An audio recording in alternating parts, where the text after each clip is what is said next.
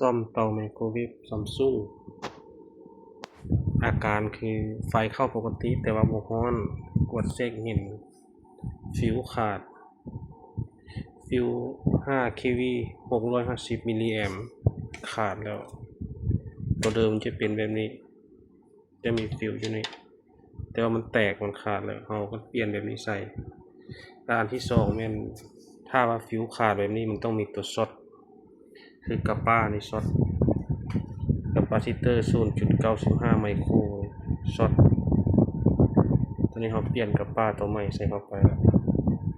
เรียกว่าเสียอยู่2อย่าง1ฟิว2แคปาซิเตอร์แบบบ่มีขั้วตอนนี้เราซ่อมแปลงเรียบร้อยแล้วเตาไมโครเวฟเปเพซ่อมแปลงกดเช็คตามนี้เด้อ